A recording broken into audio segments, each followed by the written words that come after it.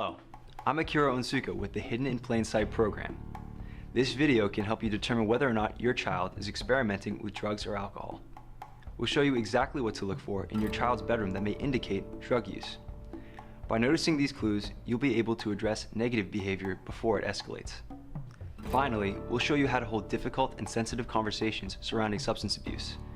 Being informed and knowing how to intervene are the keys to preventing negative consequences for both you and your child. There are many signs that a teen is using drugs. It can be difficult to tell the difference between normal teenage behavior and actual drug use, but there are signs you can look for. It's up to parents to look for these signs if you suspect drug use. Red flags could also be in plain sight, right in your own home. I'm here with Jennifer Knight from the SAFE Coalition. Hello, Jennifer. Hey, Kira. How are you? I'm good. So tell me, where are teenagers most likely to hide drugs in their room? I'm so happy that you asked. We actually have a full bedroom set up here so that I can show you and walk you through what happens in a child's bedroom. Most often, teenagers typically hide drugs in their bedroom, and the reason why is because it's usually their only most private space in the household. So can I walk you through a bedroom and show you a few places? Okay, so most children have a bed, a nightstand, and a dresser. And so today we're gonna go through a few of those places, and I'm gonna show you where drugs can be hidden and how they can be used with regular household items. So the first place I wanna mention is the nightstand. So looking at this nightstand, we have pens and pencils and highlighters. Great, your child is studious. We have a Coke can. Fantastic. We have a mirror and what looks to be a calculator. So I want to point out a couple things first. So Coke can, no problem. Can you hold that and notice anything? Sure. Seems like a normal Coke can for the most part. It's a little heavy. Okay, so absolutely, it is a little bit heavier. If you take the top and you try and unscrew it a little bit. Oh, wow. Absolutely, you'll notice that there's a whole container inside. And so that's something that we see very often in teenagers' bedrooms. Items that typically look like everyday items actually are able to hold something that can be harmful to their health. Thank you so much. Yeah, sure. So another thing on the nightstand is a highlighter. So highlighters are great, absolutely. If you're studying, if you're not studying, what else are you using them for? So I look at this highlighter, and at first glance it seems fine. I open it up, and what's missing is the ink inside. Oh yeah. Highlighters are interesting because they're much wider, so you can store things in them, and the plastic is much thicker, so you can actually use it as something to smoke out of. Yeah. Moving on here, we see car keys. Great. Over here, we see a mirror and what looks to be like a calculator. So I'm guessing that any bedroom that you've ever had, you've had a mirror in it, and you've had a mirror in the bathroom. Yep. So it leads me to question why there'd be another mirror a smaller mirror in the bedroom. So one of the things that happens is this mirror can be used to cut any kind of substance, and typically that cutting can be done with some kind of credit card or can be done with car keys. Do you want to try and look at that and open that up? Sure. Let's see. Not a calculator. Not a calculator. So this is a scale. So what often happens is some kind of substance is brought into the bedroom. It's cut up and broken up on the mirror, and then it's placed on the scale to be weighed to find out what the overall cost will be. Right. So, not a calculator. Well, a calculator, but not the healthy kind. Right. So, Definitely not. moving forward a bit, everything else seems fine here. I open up the drawer, and we have a Taylor Swift CD. That's great. One thing we notice is a small little lighter. So, lighters are semi-common, and at the same time, I don't see any kind of candle or incense in the bedroom here. Do you? No, not at all. So that may lead one to question why there is a lighter in the bedroom.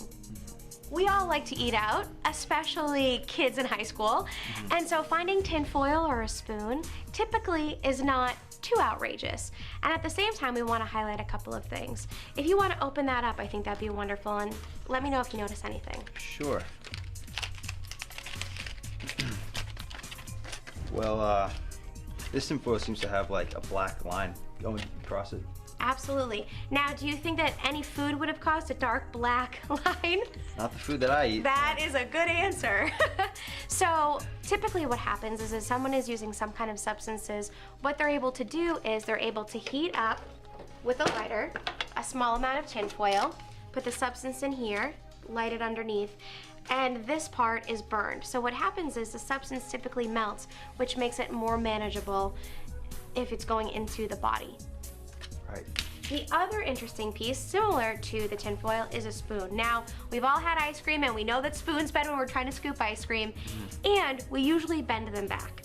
And so this spoon is still bent, and is there anything on the spoon that you can see? Yeah, it looks like some sort of like a waxy substance.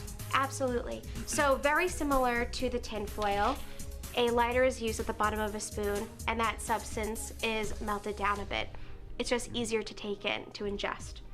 So again, common things that would be in the household, but a little bit more interesting when we try and take them apart a little bit more. Now, we're looking at the bedroom. I know that a lot of parents try and teach their children to make sure that they make their bed and pick up their clothes and pick up their items off the floor. And so one of the signs of your child using substances are when those things start to shift. If you walk into your child's room and you see that the bed isn't made, or that the backpack is left open, or that there are more pillows on the floor than there typically have been, you know that maybe they were late for school, and maybe they weren't thinking because their mind was somewhere else, or they were more engaged in a different activity.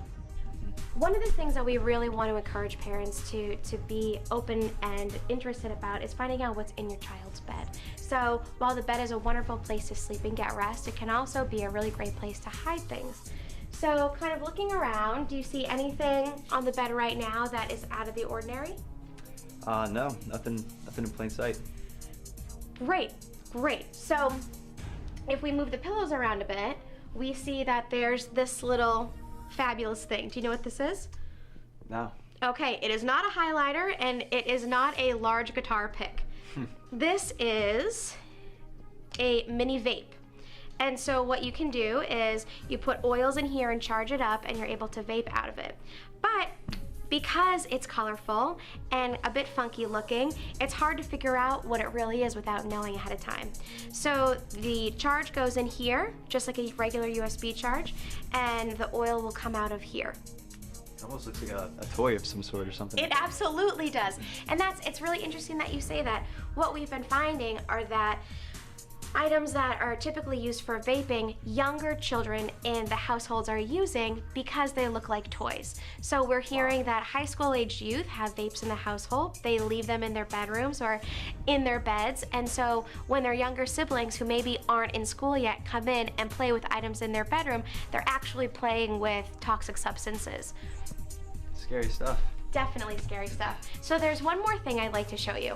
So now that we're over here at the window, I do want to show you a few things specifically. So here is Downy fabric softener. Fabulous! Your teenager's doing laundry. They also may be doing drugs. So what we really want to highlight here is how some simple household items, again, can be used as drug paraphernalia. So next to the Downy fabric softener, we see something that every household has. This longer section came from a paper towel holder. There's also toilet paper holders that are much smaller as well. So what happens in a teenager's bedroom is typically they don't want their bedroom or the rest of their house to smell of whatever substance they're using. And so they will take this fabulous smelling dryer sheet, they will fold it and place it over the bottom here, and then if they use some kind of substance, they'll open up the window and they'll blow it out. So their bedroom will smell like they just did all the laundry they could have ever imagined, and really all the substance smells are going out the window. Wow. Lastly, over here, one of the things that we see often are items that are in students' bedrooms that seem common and at the same time maybe not directly to that person. So for instance, these tennis balls could be common in someone's bedroom who plays tennis, and at the same time maybe this teenager doesn't play tennis. could you just open that and see if there's anything different about those tennis balls that you recognize? Sure. Well, this one seems to have like a hole cut in the top, like a small cut in the top. Absolutely. So I know that many of us when we were in elementary school would bring tennis balls and cut them up and put them at the bottom of our chairs, and this is not one of those times. So if you want to open that up and see if there's anything inside. Sure, yeah, just like a small plastic bag. Absolutely. So one of the really interesting things is that, again, household items that you would never know, even if you really picked it up without looking closely, are able to hold some kind of substance. What we have noticed is that oftentimes substances that are manipulated like this are most likely to be near the windows.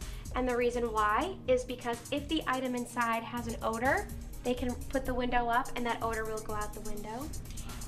And it's an easy exchange if it's a first floor window and it's a first floor bedroom.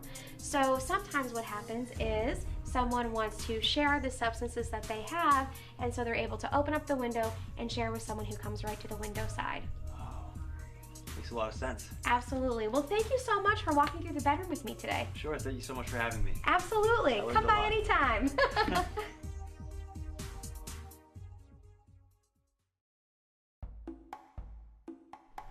As a parent, finding any of these items in your child's room can be very stressful. But the approach you take in speaking with your son or daughter is important to maintaining a healthy relationship. Here are a few open-ended conversation starters that you can use to initiate this conversation.